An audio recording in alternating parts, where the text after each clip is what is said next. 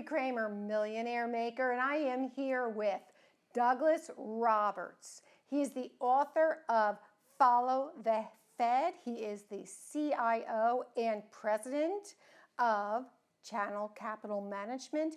I have wanted to have Doug on our show since the day we launched on Salem, but Doug is one of these people, he knows all the facts, he knows what it's all about, and he doesn't really go out publicly and say it. People in his inner circle get to find out what's really going to happen with the market. So we are so lucky to have Doug Roberts with us today. Doug, welcome. Let's get to what I think you'll have the most insight on. Let's go for it, Hilary. Let's start with the lead. Where's the market going? You're always right. I'd say at this point it's going to be bouncing around for a while. We're really kind of in a holding pattern, and then you're going to have a lot more increased volatility over the summer. It's going to really depend upon a geopolitical event during the summer. If everything's relatively calm, you're just going to bounce around a bit more. Probably certain sectors will tend to drift up more, kind of like the reopening trade. On the other hand, we do have some things where we could have some geopolitical events that could affect things. So really, it's going to depend upon geopolitics. Let's do geopolitics first before I go back and corner you more on really making a statement up, down, sideways. Okay, what to you, geopolitical? Are you talking Israel? Are you talking war in the Middle East? Are you talking about Netanyahu, Prime Minister of Israel, going in and attacking I don't think the Hamas outposts? I don't think that's going to be as much of an issue. I'm thinking it's more China. Oh, okay. In other words, right now, what you have is our supply chain is heavily dependent upon China. And as a result of that, we can't really make too much noise. But at the same time, it was always kind of lingering in the background in terms of what was going on. So right now, I don't think the Biden administration totally has much of a plan to deal with it yet. It's kind of evolving. And as we've seen in the past, if a mistake is made, a small eruption, a miscalculation by either side could erupt in something that was more. Rather than war in the Middle East, I'd say probably if you have something with Taiwan, with Japan, South Korea, somewhere along those lines, that could be a more defining event as well. Or even just something where basically, let's say, a minor area, such as the islands China built, there's a conflagration with an ally of ours, and something tends to get out of hand. That's really what I see the bigger issue. In the Middle East, I think, right now this is going to continue. The only thing that it could really become a problem there is if Iran starts to become more directly involved. In other words, Hamas isn't a problem, Hezbollah is not really a problem, Iran is the problem. So if you had a direct confrontation, let's say, between Israel and Iran, that would become more of a problem. Or even, let's say, one of the larger Arab partners, such as Saudi Arabia, one of the Gulf states, and Israel were to get involved that way, that could cause some real massive geopolitical tension. But if Israel goes up against Iran, which they might, because Israel is understandably very upset about the United States entertaining discussions with the Iranians on nuclear, what would you say, nuclear treaties of... Correct. Okay. So what could possibly happen? Because Biden is a wimp. Well, I think the big thing there is the Israelis don't like direct confrontation. So right now, if you're trying to figure this is, let's say, the Treaty 2.0, the Israelis will operate behind the scenes in some ways to sabotage it. Oh, like they've done in the past, like they'll sabotage the IT network that is in the process of building the Iranian something along those lines. Nuclear the real fission problem lab. with both is when you start doing that, if there's a miscalculation, let's say right now, there's no doubt in the Middle East that probably Iran is behind everything with Hamas, and also Hezbollah has sent in a few missiles, but they had second thoughts of that, really not to go directly. So for instance, if something got out of hand there, let's say you have really, let's say, Israel pounding them, kind of having really, a huge creation, and then at that point their back is up against the wall, and Iran does something that throws the calculus in there, something a bit more direct.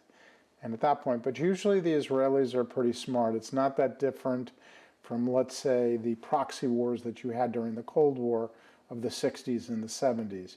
Usually there's a defined line and it doesn't get out of hand with that because nobody goes over that line. Okay, so really, we really don't have to worry about it, except that the allies of Iran might be a little bit upset, and that might include Biden, if suddenly the Iranians are angry and let it out on the United States. I wouldn't say the United States, but let's say Hezbollah at that point starts using something, you have a coordinated attack which looked like you might happen, then Israel mobilizes fairly quickly on a war footing, and they just decide they're going to take everything out, and at that point they're not going to take no for an answer. Okay, well that leads me to another question, because we had the Intifada in 2002.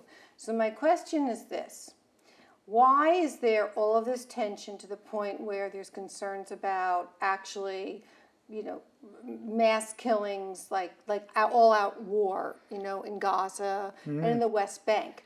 Is it A, because you have a Biden administration and so the Palestinians feel like they have some support to go out there and muck up trouble and be terrorists? I think it's a more indirect thing. Or is it B, the price of oil has gone up, so now there's money that Iran and Saudi Arabia and the traditional allies of the Palestinians can give to the Palestinians to go out there and take on the Israelis? I think it's really more the former, really with Iran, because right now Iran feels emboldened. I mean, I think the whole reason why they figured this is, and again, we're talking about miscalculations right now, they figured it at some point when Hezbollah sat there and said, we've had enough, you've got to stop the Israelis from evicting us and basically destroying half of Gaza, that the major powers would intervene. And right now what they've seen is basically Biden says, hands off totally, and that was a miscalculation with Iran. Now the Israelis are clear that they can't tolerate it. They're going to go in there. They're playing a war of disinformation. They're doing it as well. But suppose all of a sudden you had a two-front war. At that point, I don't think the Israelis are going to take that lightly. They're going to mobilize, and they don't have a margin for error. A good example of this was in the Yom Kippur War, initially in '73. What happened with the Israelis is they were caught by surprise. Because Golda Meir decided to give all of the military off for Yom Kippur, correct? But then after the first 2 or 3 days, they turned it around. There was huge mobilization by the United States, by the Nixon administration to support them. And then at that point, what you had is you had actually, in a two-front war, there were only, let's say, shooting distance outside Damascus, and they were almost shooting distance outside of Cairo. And then at that point, the Russians kind of like said, if you don't stop them, then at that point we're going to mobilize, and pressure was brought through Nixon and Kissinger as Secretary of State to kind of like do a peace treaty. Thus far right now, there's been, the Biden administration has decided not to basically get involved itself. So the real question is it was kind of a bipolar world back then. So it was fairly easy. There were rules of engagement between Russia and basically the United States, who were the two major powers. Everybody else is a secondary power, and they understood their proxies. The question is, right now, you have a multipolar world. Will the Iranians listen to the Russians? Will they listen to the Chinese? Will they listen at that point, or will they just decide, we're going to do this and we're going to escalate, and then the Israelis escalate as well?